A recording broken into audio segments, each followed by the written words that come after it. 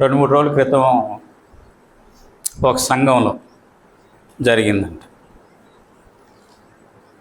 ఎట్లా ఉన్నారు మనుషులు అంటే, కూర్చున్నారంట, కూర్చున్నారు కొద్దిమంది. కూర్చుంటే ఒకతను ప్రశ్నించాడు, నీ భార్య రాదు, నీ బిడ్డలు రారు, నువ్వెట్ట బలపంచుతావు అన్నాడంట.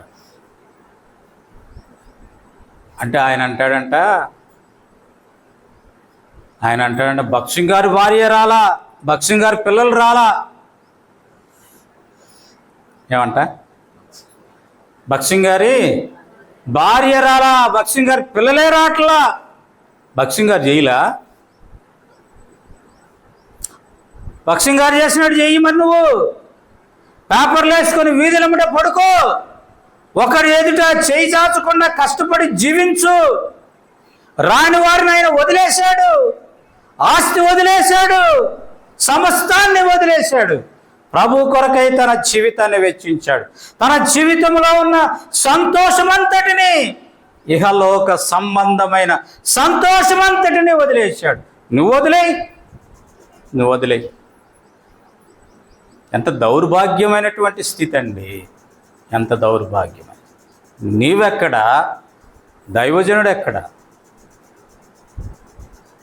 ఆయన కుమారుడు వచ్చాడు, భక్సింగ్ గారు బతికున్నప్పుడే వచ్చాడు.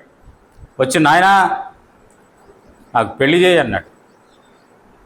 పెళ్లి చేయమంటే అన్నాడు ఒకటే మాట, నువ్వు మారు మనసు పొంది బాప్తీసం తీసుకో, అప్పుడు పెళ్లి చేస్తా. వెళ్ళిపోయాడు. వారి ఉద్దేశం ఏంటిదంటే, భక్సింగ్ గారు పెళ్లి చేస్తే ఈ ఆస్తి అంతటినీ కాజేయచ్చు అనేది వారి ఉద్దేశం. కానీ దైవజనుడు అట్లా ఒప్పుకోలే.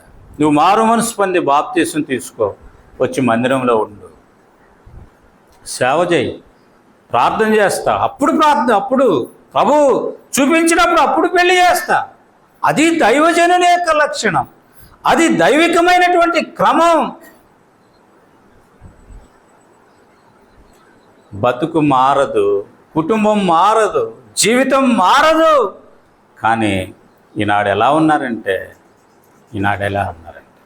కదండి, లోక సంబంధమైనటువంటి స్థానాల కొరకు